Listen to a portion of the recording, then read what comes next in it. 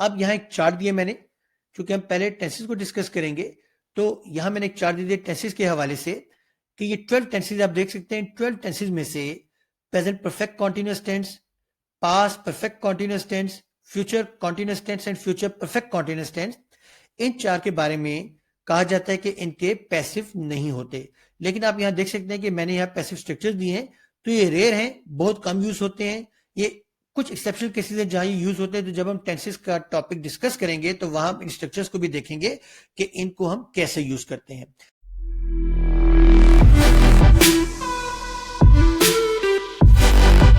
Welcome to A Gateway to English Language. You're in the right place if you want to improve your English skills and boost your language abilities. Remember to subscribe, like, share this channel with others, and hit the bell icon for instant updates on new content. Thank you for joining this channel on this exciting learning journey, and without wasting any more time, let's dive into today's lecture. अस्सलाम वालेकुम students, हमारा आज का topic है basic rules for voices. यानी कि जब हम एक्टिव और पैसिव वॉइस की बात करते हैं तो उसके बेसिक रूल्स जो हैं हमें मालूम होने चाहिए, तभी हम उसको अटेम्प्ट कर सकते हैं। तो आज हम वॉइसेस के जो बेसिक रूल्स हैं उनको देखेंगे। तो सबसे पहले हम चलते हैं वॉइस की तरफ कि what is a voice in grammar. तो ग्रामर में वॉइस क्या है? Voice is that form of verb which tells whether the subject of the sentence performs और रिसीव्स द एक्शन। यानी कि ऐसी फॉर्म ऑफ वर्ब जो हमें ये बताए कि जो सब्जेक्ट है वो कोई एक्शन परफॉर्म कर रहा है या रिसीव कर रहा है, तो ऐसी फॉर्म ऑफ वर्ब को हम वॉइस कहते हैं। तो जब फॉर्म ऑफ वर्ब हमें सब्जेक्ट के बारे में बताए कि वो एक्शन परफॉर्म करेगा या रिसीव करेगा, ये एक्शन परफॉर्म किया है या रिसीव किया है, तो ऐसी फॉर्म ऑफ वर्ब को आप वॉइस कहेंगे। और जो सब्जेक्ट है वो कोई पर्सन भी हो सकता है और कोई थिंग भी हो सकती है। तो वॉइस की जब हम बात करते हैं तो मेनली हमारे पास दो वॉइसेस होती हैं, active voice and passive voice. तो सबसे पहले हम एक्टिव वॉइस स्ट्रक्चर देखते हैं कि हम इसको आइडेंटिफाई कैसे करते हैं। तो जब सेंटेंस का सब्जेक्ट अगर कोई एक्शन परफॉर्म कर रहा है तो वो जो वॉइस है, वो पूरा जो स्ट्रक्चर है वो एक्टिव वॉइस होगा। जैसे यहां देखिए, ही इज प्लेइंग क्रिकेट, इसमें सब्जेक्ट क्या है? ही। तो सेंटेंस का सब्जेक्ट ही हो गया। हमने देखना यह है कि जो यहाँ सब्जेक्ट प्लेस पर नाउन या प्रोनाउन जो भी यूज हुआ है वो एक्शन परफॉर्म कर रहा है या रिसीव कर रहा है। अब यहाँ देखिए, ही क्या कर रहा है? प्लेइंग। तो ये एक्शन परफॉर्म कर रहा है। तो जब सब्जेक्ट प्लेस पर जो नाउन या प्रोनाउन है वो एक्शन परफॉर्म करेगा तो वो एक्टिव वॉइस होगा। यहाँ भी देखिए, दे विल कम टुमारो। अब यहाँ जो सब्जेक्ट प्लेस पर हमने नाउन या प्रोनाउन यूज किया है, तो देखना यह है कि क्या ये कोई एक्शन परफॉर्म कर रहा है। तो दे क्या एक्शन परफॉर्म करेगा? कम। तो इसका मतलब यह है कि ये जो सब्जेक्ट प्लेस पर आपने प्रोनाउन यूज किया है तो ये एक्शन परफॉर्म करेगा। इसका मतलब यह हुआ कि इट इज एक्टिव वॉइस। इसलिए यहां भी सब्जेक्ट जो है ये एक्शन परफॉर्म कर रहा है, ये एक्शन परफॉर्म किया है, इसलिए स्ट्रक्चर को आप एक्टिव वॉइस कहेंगे। तो एक्टिव वॉइस स्ट्रक्चर ये होता है कि जब सेंटेंस का सब्जेक्ट जो है वो किसी एक्शन को परफॉर्म करे। और पैसिव वॉइस क्या होता है? पैसिव वॉइस स्ट्रक्चर जो है उसको आइडेंटिफाई हम इस तरीके से कर सकते हैं कि हमने देखना है कि सब्जेक्ट प्लेस पर जो नाउन या प्रोनाउन है वो कोई एक्शन परफॉर्म कर रहा है या एक्शन रिसीव कर रहा है। अगर तो एक्शन परफॉर्म करेगा, जैसे कि यहाँ है, तो एक्टिव वॉइस होगा। लेकिन अगर एक्शन रिसीव कर रहा है यानी कि इस पर कोई एक्शन हो रहा है तो फिर ये पैसिव वॉइस होगा। जैसे हम फर्स्ट सेंटेंस देखते हैं, the book was red by him. अब देखना यह है कि जो सब्जेक्ट प्लेस पर हमारा नाउन या प्रोनाउन है बुक, ये कोई एक्शन कर रहा है या इस पर कोई काम हो रहा है। तो द बुक वॉज रेड, किताब कोई काम नहीं करी बल्कि किताब पर कोई काम हुआ है। तो इसका मतलब यह है कि ये रिसीवर है, तो ये एक्शन रिसीव कर रहा है सब्जेक्ट प्लेस पर जो नाउन है। तो इसका मतलब यह होगा कि ये स्ट्रक्चर पैसिव है। इस तरह स्ट्रक्चर में भी देख लीजिए, the match will be watched. तो यहाँ जो मैच है ये कोई एक्शन परफॉर्म नहीं कर रहा बल्कि कोई एक्शन होना है इस पर, तो इसलिए ये पैसिव वॉइस है। तो ये रिसीवर है एक्शन का, एक्शन को रिसीव कर रहा है। The door is being open. अब यहां देखिए कि जो डोर है ये कोई एक्शन परफॉर्म नहीं कर रहा बल्कि इस पर एक एक्शन परफॉर्म हो रहा है, तो ये रिसीवर है। तो जब सब्जेक्ट प्लेस पर जो नाउन या प्रोनाउन है वो एक्शन रिसीव करेगा तो पैसिव वॉइस है, और अगर एक्शन परफॉर्म करेगा तो वो एक्टिव वॉइस है। तो ये तो होगी आइडेंटिफिकेशन। अब हम देखते हैं कि why do we use passive voice, कि हम पैसिव वॉइस स्ट्रक्चर्स जो हैं वो यूज क्यों करते हैं। उसकी बहुत सी रीजंस हैं। यहां जैसे कि रीजन दी हुई है, when the subject is unknown, जब आपको सब्जेक्ट अननोन हो, ऑब्वियस हो यानी कि अंडरस्टूड हो, एंड नॉट इंपॉर्टेंट यानी कि अनइम्पॉर्टेंट है, जरूरी नहीं है उस सब्जेक्ट के बारे में बताना ये जानना, तो ऐसी सिचुएशन में आप जो है वो पैसिव वॉइस को यूज कर सकते हैं। जैसे यहां देखिए, माई पेन वॉज स्टोलन, यहां देखिए पेन जो है कोई काम नहीं कर रहा बल्कि इस पर एक काम हुआ है कि स्टोलन जो है ये काम है जो इस पर किया गया है। अब ये काम किसने किया है, सब्जेक्ट अननोन है, तो ऐसी सूरत हाल में आप पैसिव को यूज करेंगे जब सब्जेक्ट अननोन होगा। इसलिए जब सब्जेक्ट अंडरस्टूड हो तो आप पैसिव स्ट्रक्चर यूज कर लीजिए। The thief has been arrested, अब इसको अरेस्ट किसने करना है, अंडरस्टूड है कि इसको अरेस्ट जो है वो पुलिस ने करना है, तो इसलिए ये जो स्ट्रक्चर है आप देख सकते हैं कि इसमें सब्जेक्ट अंडरस्टूड है, तो ऐसी सूरत हाल में भी हम पैसिव स्ट्रक्चर यूज करते हैं। और जब सब्जेक्ट अनइंपॉर्टेंट हो, जैसे द रूम इज डेकोरेटेड, असल में हमारा मकसद ये है कि रूम जो है वो डेकोरेट हुआ या नहीं हुआ, तो भाई हमें मालूम हो गया द रूम इज डेकोरेटेड। अब ये जरूरी नहीं है कि उसको डेकोरेट किसने किया है, तो इंपॉर्टेंट नहीं है ये हमारे लिए सब्जेक्ट। तो जब सब्जेक्ट जो है वो अनइंपॉर्टेंट हो तो ऐसी सूरत हाल में भी आप पैसिव स्ट्रक्चर को यूज करते हैं। नेक्स्ट हम देखते हैं कि why do we use passive voice, कि पैसिव वॉइस को हम यूज क्यों करते हैं। फॉर सेंटेंस वैरायटी, यानी कि अगर आपने कोई राइटिंग लिखी है, लॉन्ग राइटिंग है, उसमें आप सिर्फ एक एक स्ट्रक्चर यूज करें एक्टिव वॉइस का, तो वो जो राइटिंग है वो मोनोटनस होगी, तो आप उसमें थोड़ा सा वेरिएशन लेकर आए, एक्टिव और पैसिव का कॉम्बिनेशन लेकर आए, तो आपकी जो स्ट्रक्चर है वो काफी जो है वो फाइन ट्यून हो जाएगा और उसको पढ़ने में जो है वो इंटरेस्ट डेवलप होगा रीडर का। जैसे यहां देखिए, the company hired a new CEO last month, she is a highly experienced executive with a strong track record in the tech industry. She has already implemented several new initiatives. तो यहां सिर्फ active structure use हुआ है, तो हम इसमें passive को जो है वो लेकर आते हैं। और अब हम देखते हैं इस जो छोटी सी राइटिंग है, ये एक पैराग्राफ है, इसके हवाले से कि इसमें जो वेरिएशन है उससे क्या फर्क पड़ा। A new CEO was hired by the company last month. She is a highly experienced executive with a strong track record in the tech industry. Several new initiatives have already been implemented by her. तो आप यहां देखिए कि मैंने last में passive structure use किया है, तो थोड़ा सा वेरिएशन आप लेकर आए अपनी राइटिंग को जो है वो खूबसूरत बनाने के लिए, एम्बेलिश करने के लिए। नेक्स्ट हम देखते हैं कि हम पैसिव वॉइस जो स्ट्रक्चर है वो यूज क्यों करते हैं। To shift the focus of subject, यानी कि जब आप सब्जेक्ट का जो फोकस है उसको शिफ्ट करना चाह रहे हैं या फिर आप राइटिंग में फ्लो लाना चाह रहे हैं, तो ऐसी सूरत हाल में आप जो है वो पैसिव स्ट्रक्चर को यूज करते हैं। जैसे यहां देखिए कि यहां हमारा जो फोकस है वो इस पर है, इस पर नहीं है, तो यहां हमने फोकस को शिफ्ट कर दिया। और आप जब इसको पढ़ेंगे तो आपको मालूम होगा कि राइटिंग में फ्लो है, एक्टिव और पैसिव का कॉम्बिनेशन है। देखिए, the cake had been baked by grandma every year for as long as anyone could remember. The recipe had been handed down to her by her mother, who had learned it from her mother before that. The cake was famous in the family for its rich chocolate flavor and moist texture. It was always looked forward to with great anticipation, and every year, as the birthday candles were lit, the cake was brought out and admired by all. As the cake was being cut and served, stories were told about its history and how it had become such an important part of the family tradition. The cake was enjoyed by all, and even after it was gone, its delicious flavor lingered in the memories of all who had tasted it. तो आप writing में जब flow लाना चाह रहे हो तो आप एक्टिव और पैसिव का कॉम्बिनेशन जो है उसको यूज कीजिए। अब हम देखते हैं नेक्स्ट स्लाइड पर इस पे कि हम पैसिव स्ट्रक्चर क्यों यूज करते हैं। टू एम्फसाइज द एक्शन और द रिजल्ट, यानी कि जो रिजल्ट ये एक्शन है जब आप उसको एम्फसाइज करना चाह रहे हैं। जैसे यहां देखिए एक एक्टिव वॉइस है, the storm destroyed the entire village leaving behind a trail of devastation. अब मैं इस स्ट्रक्चर को अगर एम्फसाइज करना चाह रहा हूं तो मैं पैसिव स्ट्रक्चर इसकी जगह यूज करता हूं। जैसे ये The entire village was destroyed by the storm, तो अब मैं एम्फसाइज कर रहा हूं इस एक्शन को, डिस्ट्रॉयड को, leaving behind a trail of devastation. इसलिए यहां देखिए, the winds were so strong that they uprooted trees and tore apart buildings, leaving the residents homeless and afraid. तो इसको पैसिव स्ट्रक्चर में जब आप चेंज करेंगे तो जो एक्शन या रिजल्ट है उसको एम्फसाइज आप करेंगे। इसका मतलब है जैसे ट्रीज वर अपरूटेड, अब ये जो एक्शन या रिजल्ट है इसको हम एम्फसाइज करें हैं। And buildings were torn apart, यहां देखिए टॉर्न पे हमारा फोकस है, by the strong winds leaving the residents homeless and afraid. तो जब आप एक्शन या रिजल्ट को एम्फसाइज करेंगे, उसको स्ट्रेस देंगे, तो आप पैसिव स्ट्रक्चर को यूज करते हैं।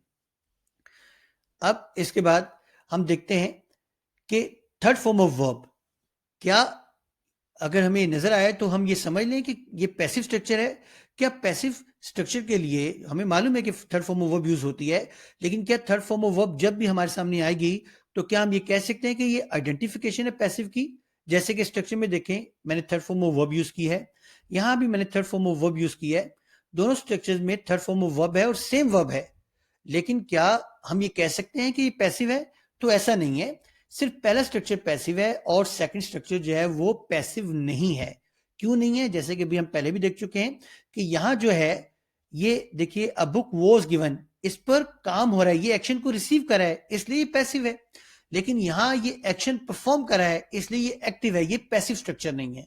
तो ये पैसिव है और ये पैसिव स्ट्रक्चर नहीं है।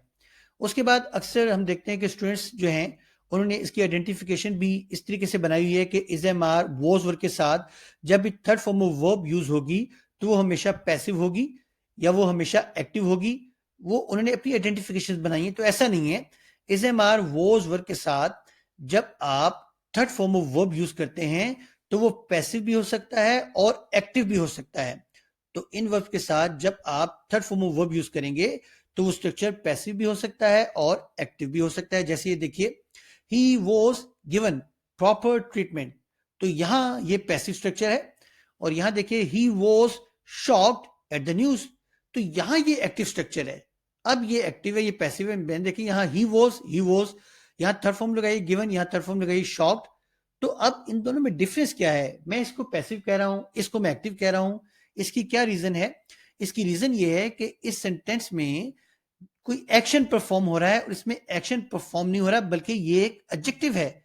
तो एक्शन परफॉर्म सब्जेक्ट जब करेगा तो वो जो है वो एक्टिव होगा, और अगर सब्जेक्ट पे एक्शन परफॉर्म हो रहा है तो वो पैसिव होगा। और बाज औक़ात एक्शन नहीं भी होता, जैसे यहां देखिए अब एक्शन नहीं है तो ये एडजेक्टिव यहां यूज हुआ है, तो इसलिए ये एक्टिव स्ट्रक्चर है। इसी तरह यहां देख लीजिए, विल बी के साथ भी हमने एक आइडेंटिफिकेशन बना लिया कि विल बी के साथ जब भी थर्ड फॉर्म यूज होगी तो वो पैसिव होगा। ऐसा नहीं है, देखिए ही विल बी ट्रीटेड वेल, यहां एक्शन परफॉर्म हो रहा है, तो आप ये कह सकते हैं कि ये पैसिव स्ट्रक्चर है। और एक्शन क्या है? ये ट्रीटेड, लेकिन इसको रिसीव कौन कर रहा है? ही। तो ही एक्शन को रिसीव कर रहा है, एक्शन परफॉर्म तो हो रहा है यहां ट्रीटेड, लेकिन किस पर परफॉर्म हो रहा है? इस पर, तो ये रिसीवर है, इसलिए ये पैसिव स्ट्रक्चर है। और he will be thrilled to be invited, ये भी थर्ड फॉर्म ऑफ वर्ब है, लेकिन यहां ये एज एन एडजेक्टिव यूज हुआ है, इसलिए ये एक्टिव स्ट्रक्चर है। तो एक्टिव और पैसिव जो है, इससे कंफ्यूज मत होइएगा कि थर्ड फॉर्म ऑफ वर्ब जब भी यूज होगी तो वो एक्टिव होगा या पैसिव होगा। सिर्फ थर्ड फॉर्म ऑफ वर्ब जो है वो आइडेंटिफिकेशन नहीं है, हमने एक्शन को देखना है कि वो परफॉर्म हो रहा है या रिसीव हो रहा है। ऐसा तो नहीं कि जो फॉर्म ऑफ वर्ब यूज हुई है वो एक्शन ही ना हो बल्कि एडजेक्टिव हो। तो हमें इन चीजों को भी देखना पड़ता है। उसके बाद हम देखते हैं डिफरेंट स्ट्रक्चर्स, कि जब हम वॉइसेस को डिस्कस करते हैं तो हमारे सामने डिफरेंट स्ट्रक्चर्स आते हैं। तो सबसे पहले हम देखेंगे टेंसेस के हवाले से कि टेंस का स्ट्रक्चर दिया होगा तो उन टेंसेस को आपने कैसे चेंज करना है पैसिव वॉइस में। इस तरह जब मॉडल वर्ब के स्ट्रक्चर्स हैं उनके वॉइसेस को हम देखेंगे। लेट के जो सेंटेंसेस है उनके स्ट्रक्चर्स को हम देखेंगे वॉइसेस में। इंपेरेटिव स्ट्रक्चर्स को हम देखेंगे और फिर इन्फिनेटिव स्ट्रक्चर्स को देखेंगे। तो इन तमाम जो स्ट्रक्चर्स हैं हम देखें, इन तमाम को देखेंगे कि इनके वॉइसेस जो है वो कैसे बनाए जाते हैं। तो सबसे पहले हम यहाँ जनरल स्ट्रक्चर देख लेते हैं, एक्टिव टू पैसिव का। और ये जो स्ट्रक्चर है ये मैंने टेंसेस के लिए दिया है आमतौर पर। अब ये स्ट्रक्चर क्या है? सबसे पहले जब आप सेंटेंस शुरू करते हैं तो मालूम है आपको कि सब्जेक्ट से स्टार्ट होता है, subject plus verb plus object, ये जनरल स्ट्रक्चर है। तो ये जो वर्ब है ये मेन वर्ब है, इसके साथ कोई और वर्ब भी हो सकता है, बी फॉर्म हो सकती है, जैसे हेल्पिंग वर्ब है, ऑक्सिलरी वर्ब है, मॉडल वर्ब्स हैं, कोई भी वर्ब्स हो सकते हैं। तो यहां मैंने जनरल स्ट्रक्चर लिखा है कि सब्जेक्ट के साथ वर्ब होगा और फिर ऑब्जेक्ट। तो सिर्फ ये तीन चीजें जरूरी नहीं है, हो सकता है कि एक्सटेंशन और भी हो, कोई फ्रेजेस जो है वो ऐड हो सकती हैं, कोई एडवर्ब ऐड हो सकता है, तो इसके बाद कुछ भी ऐड हो सकता है, तो वो एक्सटेंशन कहलाता है। मैंने उसको यहाँ स्ट्रक्चर में नहीं लिखा। तो मेन स्ट्रक्चर यह है जिसमें 3 चीजें होती हैं। तो जब आपके सामने सब्जेक्ट, वर्ब और ऑब्जेक्ट आए, तो इसको जब आपने पैसिव में चेंज करना है, तो जो ऑब्जेक्ट है वो पैसिव में सब्जेक्ट प्लेस पर आ जाता है। उसके बाद जो ये वर्ब है उसकी हम थर्ड फॉर्म लगाते हैं। इससे पहले भी कोई वर्ब लगता है, वो हम देखेंगे जब हम टेंसेस को डिस्कस करेंगे। तो वर्ब की थर्ड फॉर्म लगती है। तो याद रखिएगा कि पैसिव स्ट्रक्चर में सिर्फ और सिर्फ एक ही फॉर्म ऑफ वर्ब लगती है, और वो कौन सी है? थर्ड फॉर्म ऑफ वर्ब, यानी कि past participle form of the verb. इस फॉर्म ऑफ वर्ब के अलावा और कोई फॉर्म ऑफ वर्ब हम पैसिव स्ट्रक्चर में यूज नहीं करते। फिर उसके बाद बाय, और ये जो सब्जेक्ट है ये ऑब्जेक्ट प्लेस पर आ जाता है। तो ये जनरल स्ट्रक्चर है एक्टिव टू पैसिव का। अब इसके बाद हम देखते हैं चेंज ऑफ प्रोनाउंस। आप प्रोनाउंस को चेंज करते हैं कैसे? यानी कि अभी हमने लास्ट लाइन में देखा था कि सब्जेक्ट ऑब्जेक्ट की जगह पर आता है और ऑब्जेक्ट सब्जेक्ट की जगह पर। तो अगर ये प्रोनाउंस हो सब्जेक्ट की जगह पर, तो आप इनको चूंकि ऑब्जेक्ट की जगह पर लेकर जाएंगे, तो ये देखिए आई मी में चेंज हो जाएगा, ये तमाम सब्जेक्ट्स इस तरह ये तमाम ऑब्जेक्ट्स में चेंज हो जाएंगे। और अगर जो ऑब्जेक्ट प्लेस पर प्रोनाउन है, तो उसको अगर आपने सब्जेक्ट पे लेकर आना है, तो फिर आप ये प्रोनाउन यूज करेंगे। आई को मी में चेंज करते हैं, मी को आई में, ही को हिम में, हिम को ही में, she her, her into she, we into us into we, they into them into they. और यू जो प्रोनाउन है वो यू ही रहता है, उसको मैंने यहां नहीं लिखा, उसमें कोई चेंज नहीं होता। अब यहां एक चार्ट दिया मैंने, क्योंकि हम पहले टेंसेस को डिस्कस करेंगे, तो यहां मैंने एक चार्ट दे दिया टेंसेस के हवाले से कि ये 12 टेंसेस आप देख सकते हैं। 12 टेंसेस में से present perfect continuous tense, past perfect continuous tense, future continuous tense and future perfect continuous tense, इन चार के बारे में कहा जाता है कि इनके पैसिव नहीं होते। लेकिन आप यहां देख सकते हैं कि मैंने यहां पैसिव स्ट्रक्चर्स दिए हैं, तो ये रेयर हैं, बहुत कम यूज होते हैं। ये कुछ एक्सेप्शनल केसेस हैं जहां ये यूज होते हैं। तो जब हम टेंसेस का टॉपिक डिस्कस करेंगे तो वहां हम इन स्ट्रक्चर्स को भी देखेंगे कि इनको हम कैसे यूज करते हैं। तो प्रेजेंट इंडेफिनिट ये जो है ये एक कन्वेंशनल सिस्टम है हमारा टेंसेस के हवाले से, जो हम स्टूडेंट्स को बताते हैं। लेकिन हम इसको वर्ब के थ्रू जो है इसकी आइडेंटिफिकेशन करते हैं। तो बहरहाल मैं दोनों को यहाँ बता रहा हूँ आप लोगों को कि जो कन्वेंशनल सिस्टम को फॉलो करते हैं वो इसे समझ लें, और जो वर्ब्स के सिस्टम को फॉलो करते हैं वो इससे समझ लें। तो प्रेजेंट डेफिनेट में हमारे पास डू डज यानी वर्ब की जो फर्स्ट फॉर्म है वो होती है एक्टिव स्ट्रक्चर में, और जब आप इस एक्टिव को पैसिव में चेंज करेंगे तो आप इज एम आर यूज करेंगे, और उसके साथ थर्ड फॉर्म ऑफ वर्ब। यहां थर्ड फॉर्म ऑफ वर्ब मैंने नहीं लिखी, क्योंकि third form of verb understood है, पैसिव स्ट्रक्चर में सिर्फ third form of verb use करते हैं इन वर्ब्स के बाद। फिर प्रेजेंट कॉन्टिन्यूअस जो एक्टिव स्ट्रक्चर है उसमें इज एम आर होता है। इसको जब आप पैसिव बनाएंगे तो is am are plus being. Present perfect का जो एक्टिव स्ट्रक्चर है उसमें हैज और हैव होता है। जब आप उसको पैसिव में कन्वर्ट करेंगे तो हैज बीन और हैव बीन होगा। प्रेजेंट परफेक्ट कॉन्टिन्यूअस टेंस, इसको भी हम डिस्कस नहीं करें, ये जब हम टेंसेस का टॉपिक डिस्कस करेंगे तो वहां देखेंगे स्ट्रक्चर को। फिर पास्ट इंडेफिनिट, इसमें वर्ब की सेकंड फॉर्म होती है यानी कि डिड, तो इसको आप चेंज करते हैं वॉज वर्ब में पैसिव स्ट्रक्चर में। पास्ट कॉन्टिन्यूअस में एक्टिव वॉइस में वॉज और वर होता है, पैसिव वॉइस में वॉज वर के साथ बीइंग ऐड हो जाता है। पास्ट परफेक्ट के एक्टिव स्ट्रक्चर में हैड होता है, इसके पैसिव स्ट्रक्चर में हैड बीन जो है वो यूज होता है। फ्यूचर इंडेफिनिट के एक्टिव स्ट्रक्चर में आप विल यूज करते हैं और पैसिव स्ट्रक्चर में विल भी हो जाएगा। फ्यूचर परफेक्ट में आप एक्टिव स्ट्रक्चर में विल हैव यूज करते हैं और पैसिव स्ट्रक्चर में ये विल हैव बीन हो जाएगा। और उसके अलावा ये जो चार स्ट्रक्चर्स जिसकी भी हमने बात की, present perfect continuous tense, past perfect continuous tense, future continuous tense and future perfect continuous tense, तो हम इनको आमतौर पर इम्पॉसिबल केसेस लिखते हैं या नॉट पॉसिबल लिखते हैं। मगर कुछ एक्सेप्शनल केसेस हैं, ये रेयर केसेस हैं जहां हम इनके पैसिव स्ट्रक्चर बनाते हैं। तो हम इनको अपनी जगह पर देखेंगे जब हम इसको डिस्कस करेंगे। तो इस चार्ट को जो है वो आप नोट डाउन कर लीजिए या इसका स्क्रीनशॉट ले लीजिए। अब उसके बाद ये ग्रामर पॉइंट है, आपने भी लास्ट स्लाइड में देखा होगा कि मैंने वहां जो फ्यूचर टेंसेस है वहां सिर्फ विल जो है उसको मेंशन किया है, शेल मेंशन नहीं किया। उसकी वजह यह है कि जो मॉडर्न इंग्लिश है उसमें जो ट्रेडिशनल डिफरेंस है शेल और विल का, वो ऑलमोस्ट डिसअपियर हो चुका है। शेल जो है अब ज्यादातर यूज नहीं किया जाता, उसकी बजाय हम विल ही को यूज करते हैं, क्योंकि जो शेल है वो ओल्ड फैशन जो है अब समझा जाता है। जैसे I will be late, you will apologise immediately, या फिर नो आई वॉन्ट यानी कि आई विल नॉट। जबकि ये नॉर्थ अमेरिकन इंग्लिश में, जबकि ब्रिटिश इंग्लिश में शेल को अभी भी यूज किया जा रहा है और कुछ जो है इसको अभी भी ग्रामर सोर्सेज जो है नहीं यूज करते। तो बहरहाल जो यूज करते हैं इसको आमतौर पर आई और वी के साथ यूज करते हैं, और वो भी क्वेश्चंस में।